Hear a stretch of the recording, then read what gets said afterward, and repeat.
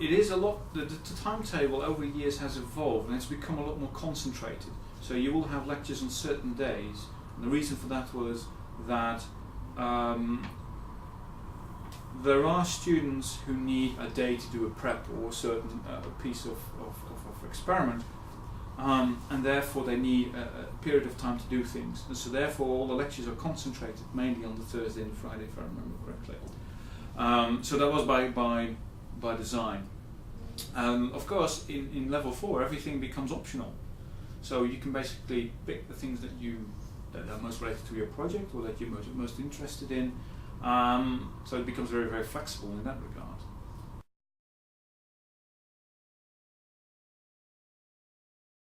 Talk to the people who you're considering to put down as a supervisor.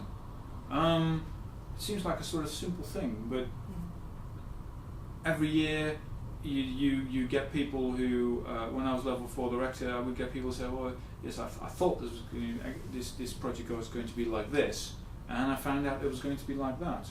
Whereas a simple conversation early on, before you make the choice, would have made it very, very clear that the project was going to go in that particular direction. I mean, a long time ago, I had somebody who thought that Professor Fowler was doing experiments. Well, I'm sorry, it's just, as I say, a 5-minute chat about that would have made all the difference in that regard.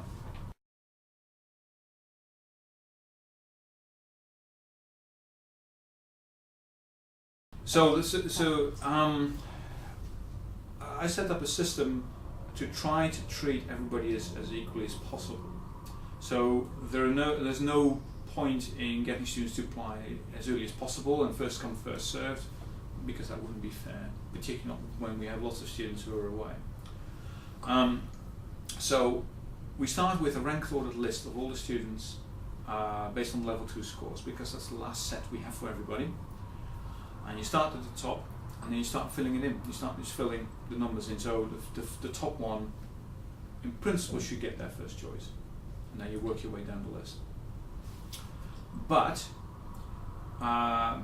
you get into a situation then that the one at the bottom of the list will get their 15th choice or something like that, which is not terribly good. So then I would go back over the list and just try to make sure that every supervisor has about equal number of students. Students have as high a choice as possible.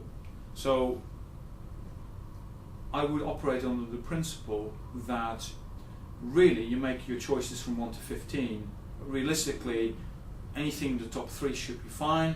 Really, anything in the top 5 should be okay as well. So therefore, if I can flip things around slightly, somebody doesn't get the first choice but the second choice, but somebody doesn't get their 15th choice but their 4th choice, I'll make 2 people happy. Okay.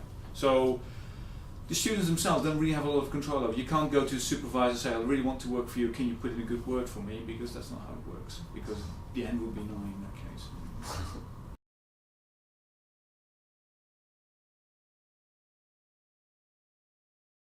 Yes, because a good research project will teach you how to manage your time.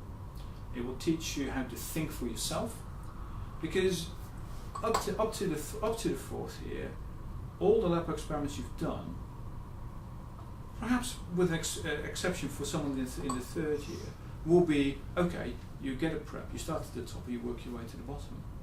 In level 4 that doesn't work anymore. Yeah, you start at a certain beginning point and then you say, well, okay, let's see where we end up. And you're therefore a lot more reliant on finding stuff out for yourself, thinking through the problems yourself, because nobody has done these experiments before, and therefore you will learn how to apply everything that you've learned before in a different context. So yes, I would hope that even somebody who doesn't go to a research job or doesn't go to do a PhD will find it really beneficial. Feedback says that people really enjoy it. It's the best part of their 4 years here. So in that sense, I think that viewpoint is vindicated.